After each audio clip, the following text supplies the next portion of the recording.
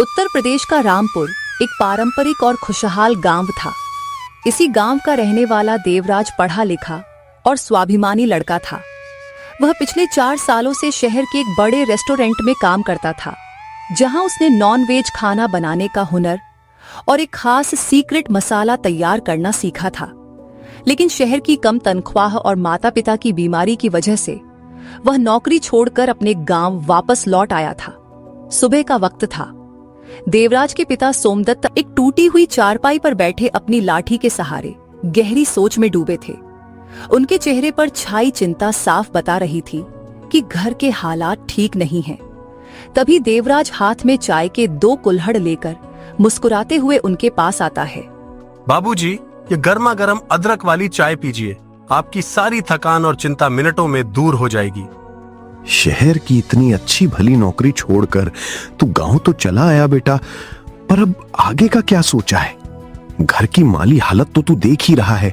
ऐसे खाली बैठने से तो काम नहीं चलेगा ना। बाबूजी, मैं खाली बैठने के लिए नहीं आया हूँ।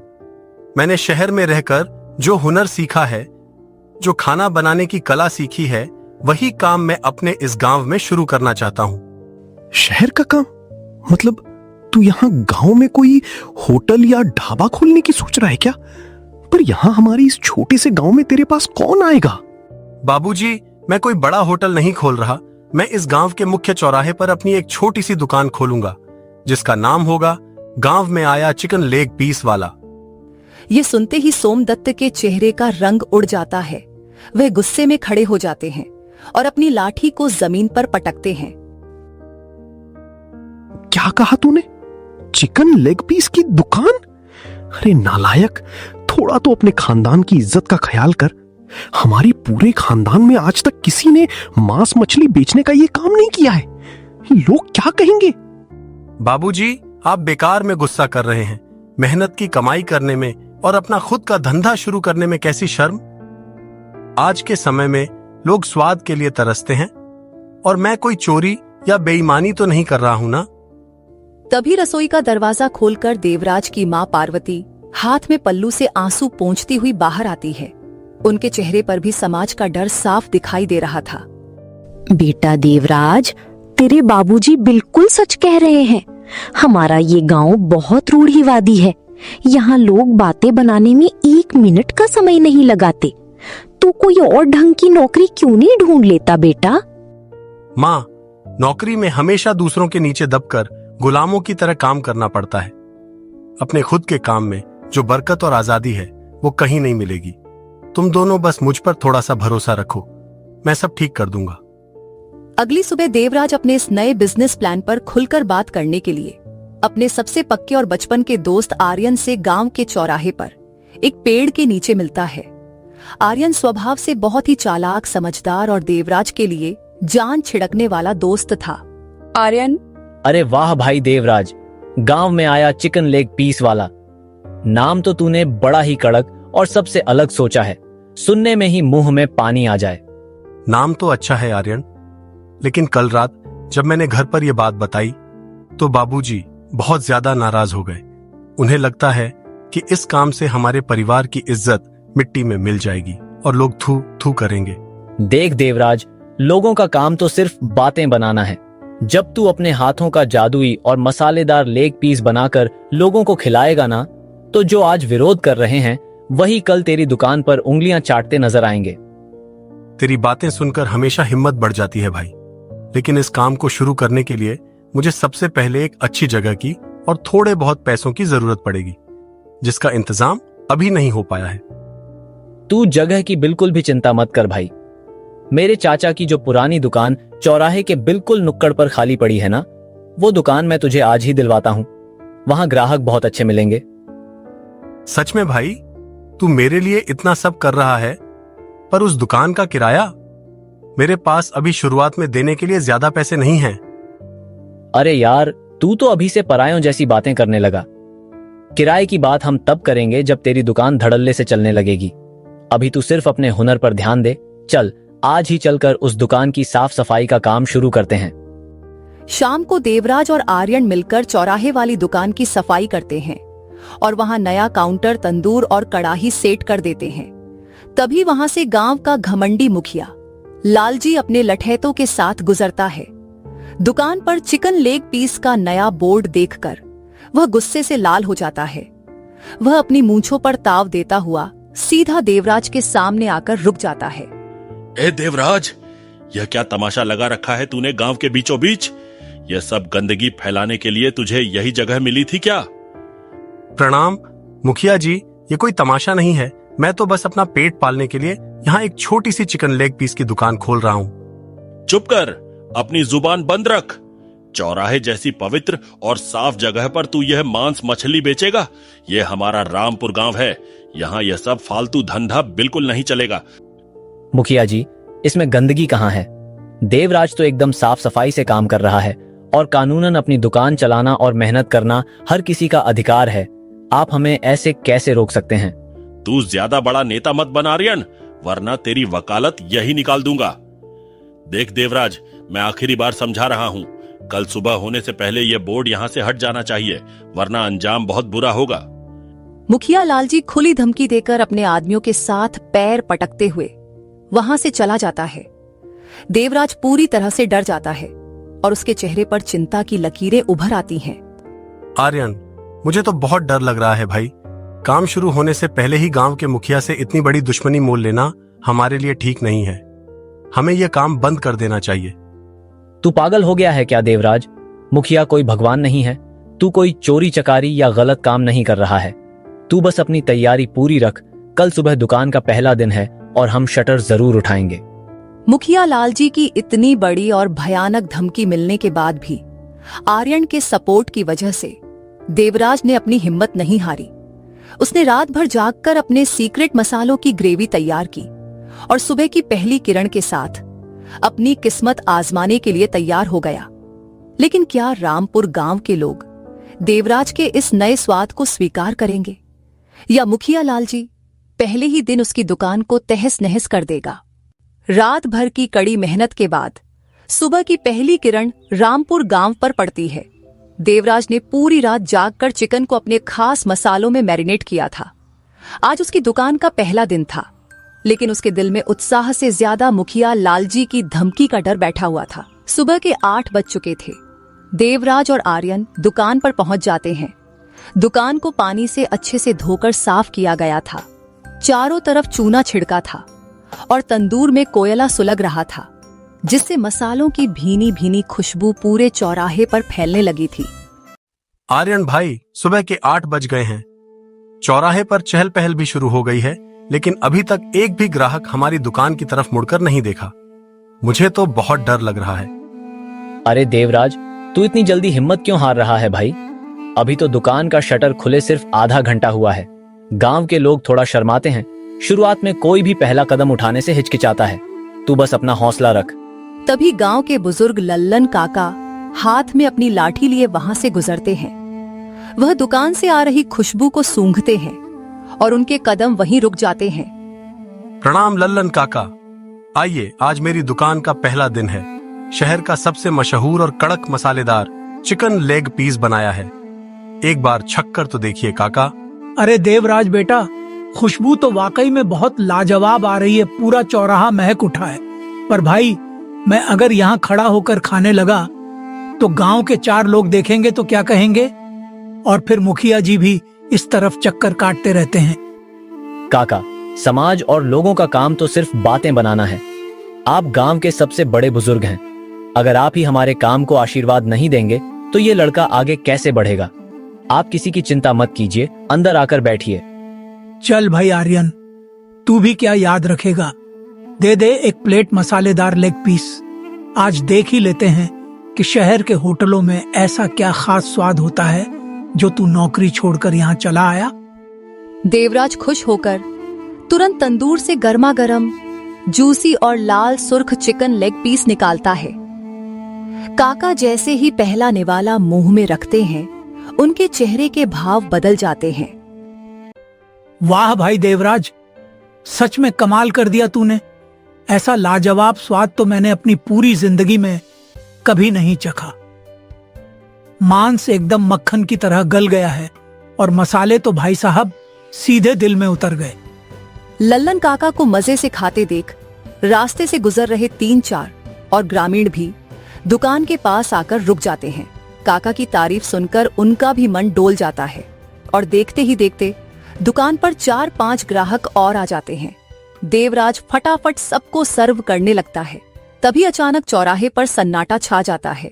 मुखिया लालजी के 2 सबसे वफादार और गुंडे किस्म के आदमी जग्गा और मंगल हाथ में डंडे लिए दुकान के सामने आकर खड़े हो जाते हैं। उन्हें देखकर दुकान में बैठे ग्राहक घबरा जाते हैं। ओए देवराज, कल मुखिया जी ने तुझे प्यार से समझाया था कि यह गंदा धंधा यहाँ नहीं चलेगा, पर तेरे दिमाग में बात घुसी नहीं क्या? इतनी हिम्मत कि तूने फिर भी दुकान खोल ली। जग्गा भाई, मैं यहाँ कोई गंद नहीं फैला रहा हूँ। आप खुद देख लीजिए दुकान में कितनी साफ सफाई है। मैं बस ईमानदारी से मेहनत करके 2 पैसे कमा रहा हूँ। इसमें किसी का क्या नुकसान है? नुकसान और फायदा तय करना तेरा काम नहीं है, वो मुखिया जी तय करते हैं। ये जो तंदूर धधक रहा है ना तेरा, इसे अभी के अभी बुझा दे, वरना हम इसे बीच चौराहे पर फेंक देंगे। जग्गा और मंगल की गुंडागर्दी देखकर देवराज सहम जाता है, लेकिन आर्यन तुरंत दोनों के बीच में आकर खड़ा हो जाता है। जग्गा, अपनी ये गुंडई किसी और को दिखाना, समझे? कानून और पंचायत सबके लिए बराबर है। देवराज अपनी खरीदी हुई जमीन के सामने दुकान चला रहा है। अगर एक कदम भी आगे बढ़ाया तो सीधे थाने में रिपोर्ट करवा दूंगा। बहुत बड़ी बड़ी बातें कर रहा है तू आर्यन। मुखिया जी के सामने तेरी ये नेतागिरी 2 मिनट में ठंडी हो जाएगी। इस देवराज को बोल कि दुकान बंद करे, वरना अंजाम भुगतने के लिए तैयार रहे। तभी प्लेट में चिकन खा रहे लल्लन काका अपनी लाठी जोर से जमीन पर पटकते हैं और खड़े हो जाते हैं। ओए जग्गा, मंगल, तुम दोनों की इतनी हिम्मत कि तुम हमारे सामने गांव के सीधे साधे बच्चों को डराओगे?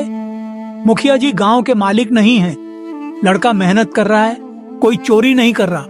जाओ और अपने मालिक से कह दो कि अपनी ये दादागिरी अपने घर पर रखें। लल्लन काका का यह रूप देखकर जग्गा और मंगल थोड़े ढीले पड़ जाते हैं। आसपास खड़े लोग भी बड़बड़ाने लगते हैं, जिससे दोनों गुंडे समझ जाते हैं कि माहौल अभी उनके पक्ष में नहीं है। ठीक है लल्लन काका, आज तो आप बीच में आ गए तो हम जा रहे हैं। पर देवराज, याद रखना, मुखिया जी की नजर से तू बच नहीं पाएगा। यह दुकान ज्यादा दिन नहीं चलेगी। मुखिया के आदमियों के जाने के बाद पहले दिन देवराज की सारी चिकन लेग पीस बिक जाती है और उसे अच्छा खासा मुनाफा होता है। लेकिन देवराज जानता था कि मुखिया लालची इतनी आसानी से हार मानने वाला इंसान नहीं है। पहले दिन की बम्पर बिक्री के बाद देवराज के हौसले थोड़े बुलंद तो हुए थे, लेकिन उसके दिल का डर पूरी तरह खत्म नहीं हुआ था। जग्गा और मंगल की धमकी के बाद उसे लग रहा था कि मुखिया लालजी आसानी से शांत नहीं बैठेगा। वहीं दूसरी तरफ पहले दिन की कमाई के 2500 रुपये लेकर देवराज जब अपने घर पहुंचता है तो वहां का माहौल और भी गर्म हो जाता है। माँ, ये लो आज पहले ही दिन की कमाई 2500 रुपये का शुद्ध मुनाफा हुआ है। लोगों को मेरा बनाया हुआ चिकन लेग पीस इतना पसंद आया कि शाम होने से पहले ही सारा माल खत्म हो गया था। बंद कर अपनी ये पैसों की नुमाइश देवराज। मुझे नहीं चाहिए तेरी ये बदनामी की कमाई। आज पूरे गांव में थू थू हो रही है कि सोमदत्त का बेटा चौराहे पर मुर्गियां काट रहा है और मुखिया के लठैत आकर उसे सरेआम जलील कर रहे हैं। क्या इसी दिन के लिए तुझे पढ़ा लिखा कर बड़ा किया था मैंने? बाबूजी, आप गलत समझ रहे हैं। आज जग्गा और मंगल सिर्फ मुखिया के कहने पर मुझे डराने आए थे, क्योंकि मुखिया जी को हमारी तरक्की हजम नहीं हो रही है। लेकिन आप गांव वालों का प्यार देखिए। लल्लन काका खुद मेरे सपोर्ट में खड़े हो गए और उन्होंने उन गुंडों को डांट कर भगा दिया। मेहनत का काम है बाबूजी, इसमें हमारी इज्जत कम नहीं हो रही बल्कि बढ़ रही है। तू अभी बच्चा है देवराज। तू मुखिया लालजी को नहीं जानता। वो बहुत कमीना और रसूखदार आदमी है। आज लल्लन काका बीच में आ गए तो बात संभल गई, लेकिन कल को अगर मुखिया ने तुझे किसी झूठे केस में फंसा दिया या हमारे घर पर हमला करवा दिया तो हमारी रक्षा करने कौन आएगा? मैं आखिरी बार कह रहा हूं, अपनी ये दुकान कल से बंद कर दे, वरना मेरा मरा हुआ मुंह देखेगा। अरे आप कैसी अशुभ बातें कर रहे हैं, शांत हो जाइए। देवराज बेटा, तू अपने बाबूजी की बात मान क्यों नहीं लेता? पैसे थोड़े कम कमाएंगे पर चैन की रोटी तो खाएंगे। मुखिया से दुश्मनी करके हम इस गांव में सिर उठाकर नहीं जी पाएंगे बेटा। माँ, अगर आज मैं इस मुखिया के डर से पीछे हट गया ना, तो जिंदगी भर किसी भी काम में आगे नहीं बढ़ पाऊंगा। शहर में भी मैंने रात दिन गधों की तरह खटकर मालिक की गालियां सुनी हैं, तब जाकर यह हुनर सीखा है। अब जब अपने पैरों पर खड़ा होने का मौका मिला है, तो मैं सिर्फ एक घमंडी मुखिया के डर से अपने घुटने नहीं टेक सकता। आप बस मुझ पर भरोसा रखिए। एक तरफ देवराज अपने घर पर पिता को समझाने की कोशिश कर रहा था, तो दूसरी तरफ मुखिया लालजी की हवेली में एक बहुत ही खतरनाक खिचड़ी पक रही थी। जग्गा और मंगल सिर झुकाए खड़े थे। तुम दोनों पर धिक्कार है। 2 कौड़ी के लौंडे देवराज और उस आर्यन ने तुमको सरेआम चौराहे पर धमकी दे दी और तुम लोग दुम दबाकर वापस चले आए। उस लल्लन बुढ़े की इतनी हिम्मत कि वह मेरे आदमियों पर लाठी तानेगा। इस गांव में मेरी मर्जी के बिना एक पत्ता भी नहीं हिलता, और वहां एक अदना सा लड़का चिकन बेचकर मेरा हुनर चुनौती दे रहा है। मालिक, हमारी कोई गलती नहीं थी। उस वक्त चौराहे पर बहुत सारे गांव वाले इकट्ठा हो गए थे और वे सब देवराज के चिकन के स्वाद के दीवाने हो रहे थे। अगर हम उस वक्त ज्यादा जोर जबरदस्ती करते तो पूरा गांव हमारे खिलाफ खड़ा हो जाता और आपकी बदनामी होती। इसलिए हम सही मौके का इंतजार करने के लिए पीछे हट गए। हम तो गांव वालों को उसका स्वाद बहुत पसंद आ रहा है ना? ठीक है, अब हम उसके इसी स्वाद को उसकी सबसे बड़ी बर्बादी का कारण बनाएंगे। सीधे उंगली से घी नहीं निकलता तो उंगली टेढ़ी करनी पड़ती है। मंगल, इधर आ, मेरी बात ध्यान से सुन। जी मुखिया जी, हुक्म करिए। इस बार ऐसा क्या करना है कि वह देवराज खुद अपनी दुकान का शटर हमेशा के लिए गिरा दे? कल सुबह जब देवराज अपनी दुकान के लिए शहर से ताजा चिकन लेकर आएगा, तो तुम दोनों को चुपके से उसकी दुकान के पीछे जाना है। मेरे पास एक बहुत ही तेज असर करने वाला चूहे मारने का जहर है। जब देवराज और आर्यन दुकान के आगे ग्राहकों को संभालने में बिजी होंगे, तब तुम चुपके से उस जहर को उसके मसालों के डिब्बे में या फिर मैरिनेट किए हुए चिकन में मिला देना। जैसे ही 2-4 लोग उसे खाकर बीमार पड़ेंगे, पुलिस खुद आएगी और इस देवराज को हथकड़ी पहनाकर ले जाएगी। लेकिन मुखिया जी, जहर? अगर किसी की जान चली गई तो बहुत बड़ा अनर्थ हो जाएगा। पुलिस केस सीधे मर्डर का बनेगा, फिर तो हम सब फंस जाएंगे। बेवकूफ, वह जहर जान लेने वाला नहीं, बल्कि पेट खराब करने और उल्टी दस्त कराने वाला है। जब गांव के 4 रसूखदार लोग उसे खाकर तड़पेंगे, तो पूरा गांव देवराज की दुकान पर पत्थर मारेगा। उसका धंधा भी चौपट होगा, इज्जत भी जाएगी और वह जेल की हवा भी खाएगा। जैसा मैंने कहा है, बिल्कुल वैसा ही होना चाहिए, समझे? अगली सुबह देवराज और आर्यन मुखिया की इस घिनौनी साजिश से बिल्कुल बेखबर थे।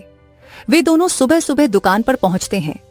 आज देवराज ने कल से भी 2 गुना माल तैयार किया था, क्योंकि उसे उम्मीद थी कि आज ग्राहक और ज्यादा आएंगे। देखते ही देखते दुकान के बाहर लोगों की लाइन लगनी शुरू हो जाती है। देख देवराज भाई, मैंने कहा था ना कि खुशबू और स्वाद अपना रास्ता खुद ढूंढ लेते हैं। आज तो कल से भी ज्यादा भीड़ है। लल्लन काका ने पूरे गांव में ऐसी तारीफ की है कि लोग सुबह से ही आकर पूछ रहे हैं कि लेग पीस कब तैयार होगा। हाँ आर्यन भाई, ये सब तुम्हारी वजह से ही मुमकिन हो पाया है। अगर तुमने वह दुकान नहीं दिलवाई होती और मेरा हौसला नहीं बढ़ाया होता, तो मैं तो कल ही दुकान बंद कर चुका होता। बस भगवान करे कि आज का दिन भी शांति से निकल जाए और कोई नया बखेड़ा खड़ा ना हो। दुकान के आगे ग्राहकों की भारी भीड़ उमड़ी हुई थी। हर कोई देवराज के हाथ के बने मसालेदार चिकन लेग पीस का दीवाना हो रहा था। आर्यन फटाफट लोगों से पैसे लेकर उन्हें टोकन दे रहा था और देवराज पूरी लगन के साथ तंदूर से गर्मा गर्म लेग पीस निकाल रहा था। दोनों दोस्त अपने काम में इतने मग्न थे कि उन्हें भनक तक नहीं थी कि दुकान के ठीक पीछे मौत का सामान तैयार किया जा रहा है। ओए मंगल, जल्दी कर यार, मुझे तो बहुत जोर से डर लग रहा है। अगर उस आर्यन या देवराज में से कोई भी इस तरफ आ गया ना, तो चौराहे के बीच में गांव वाले हमारी चमड़ी उधेड़ देंगे। जल्दी से ये जहर मसालों में मिला और यहाँ से 9-2-11 हो। तू तो यार पैदाइशी डरपोक है जग्गा, थोड़ा अपना कलेजा मजबूत रख। देख आगे ग्राहकों का कितना हल्ला हो रहा है। वे दोनों अगले 1 घंटे तक इस तरफ मुड़कर भी नहीं देखने वाले। ला, जल्दी से वो पुड़िया मुझे दे। मैं इसे इस बड़े वाले मसाले के डिब्बे में डाल देता हूं जिसे देवराज हर लेग पीस पर छिड़कता है। ये ले, पर ध्यान से मिलाना। ऐसा ना हो कि जहर की गंध से देवराज को पहले ही पता चल जाए। मुखिया जी ने कहा है कि काम ऐसा होना चाहिए कि सांप भी मर जाए और लाठी भी ना टूटे। जैसे ही लोग इसे खाएंगे उनका पेट खराब होगा और दुकान हमेशा के लिए सील हो जाएगी। इसी बीच दुकान के आगे देवराज तंदूर में कोयला सेट कर रहा था। अचानक उसका हाथ रुक जाता है। उसे दुकान के पीछे से किसी के फुसफुसाने और बर्तनों के हिलने की हल्की सी आवाज सुनाई देती है। आर्यन भाई, जरा ध्यान से सुनो। दुकान के पीछे जो हमारा छप्पर है, वहां से कुछ अजीब सी आवाजें आ रही हैं। ऐसा लग रहा है जैसे कोई चुपके से वहां हमारे बर्तनों को छू रहा है। कहीं कोई बिल्ली या कुत्ता तो अंदर नहीं घुस गया? अरे देवराज, तुम भी ना बेकार में वहम कर रहे हो। इतनी भीड़ में तुम्हारा दिमाग भी घूम गया है। वहां पीछे भला कौन जाएगा? फिर भी अगर तुम्हें शक हो रहा है तो तुम यहाँ तंदूर संभालो, मैं खुद जाकर एक बार देख आता हूँ कि क्या माजरा है। नहीं आर्यन भाई, अकेले मत जाओ। कल मुखिया के आदमियों ने जो धमकी दी थी ना, उसके बाद से मेरा दिल किसी अनहोनी की आशंका से कांप रहा है। वो लोग सीधे रास्ते से नहीं मानेंगे, वे जरूर कोई ना कोई नीच हरकत करेंगे। हम दोनों साथ मिलकर पीछे चलते हैं। तुम सही कह रहे हो देवराज, मुखिया लाल जी का कोई भरोसा नहीं है। चलो, हम लोग बिना कोई आवाज किए चुपके से पीछे वाले दरवाजे से अंदर घुसते हैं। अगर कोई चोर उचक्का हुआ तो आज उसे रंगे हाथों पकड़ेंगे। देवराज और आर्यन बिना कोई आहट किए दुकान के पिछले हिस्से की तरफ बढ़ते हैं और जग्गा हाथ में खाली पुड़िया लिए खड़ा था।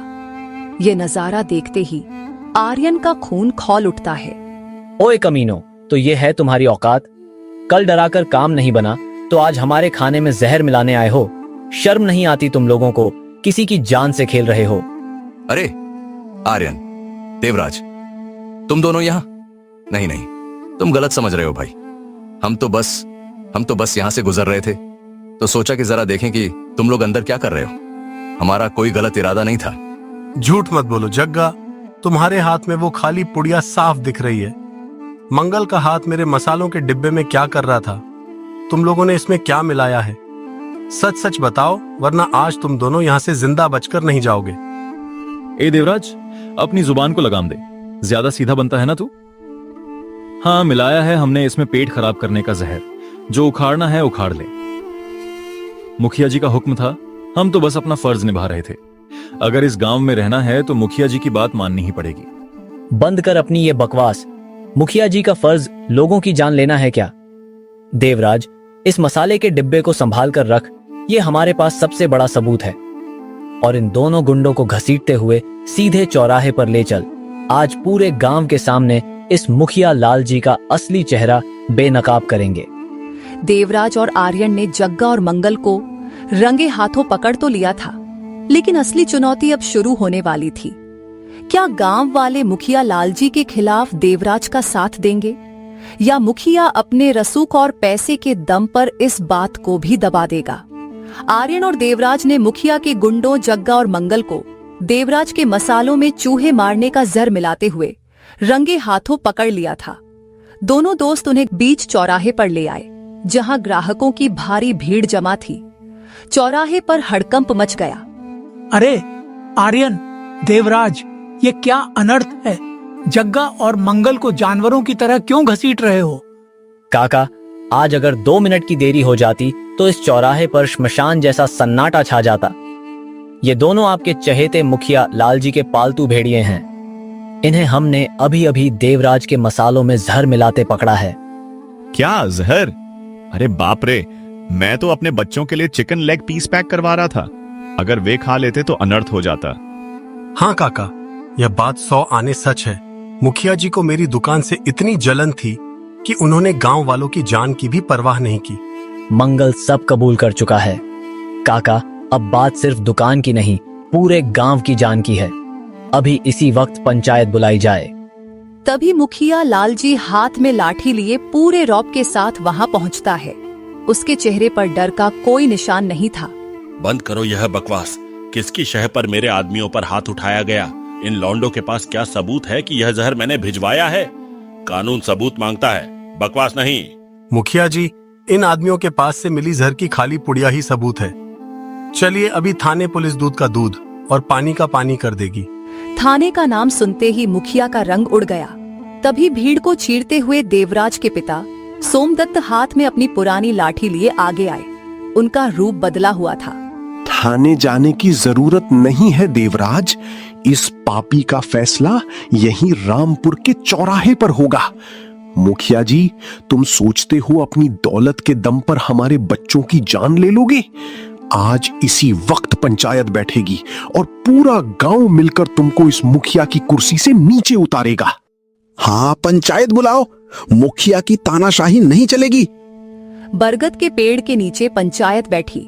पंचों के सामने एक तरफ मुखिया लालजी अकड़कर खड़ा था, तो दूसरी तरफ देवराज, आर्यन और सोमदत्त जग्गा मंगल रस्सी से बंधे बीच में बैठे थे। जग्गा मंगल, जो आरोप तुम पर हैं, क्या वो सच है? सच उगलो, वरना पंचों की लाठी चलेगी। पंच महोदय, हमें माफ कर दीजिए। हमें मुखिया जी ने हवेली पर बुलाकर यह जहर दिया था और कहा था कि अगर काम नहीं किया तो हमारे खेत जब्त कर हमें गांव से निकाल देंगे। यह सुनते ही पंचायत में थू थू होने लगी। मुखिया बौखला गया। चुप रहो, तुम भूल रहे हो कि आधे गांव के कर्ज का पैसा मेरी तिजोरी से आता है। अगर मैंने पैसा वापस मांग लिया तो आधा गांव सड़क पर आ जाएगा। मुखिया जी, जिस दौलत पर आप उछल रहे हैं वो इस गांव के खून पसीने की कमाई है। कानून और भगवान के घर में इसकी कोई कीमत नहीं है। लालजी, तुम गांव के सेवक हो, मालिक नहीं। पंचों का अंतिम फैसला सुनो। पहला, तुम अभी इसी वक्त देवराज और सोमदत्त से हाथ जोड़कर माफी मांगोगे। दूसरा, नुकसान के हर्जाने के रूप में 20,000 रुपए नकद देवराज को दोगे।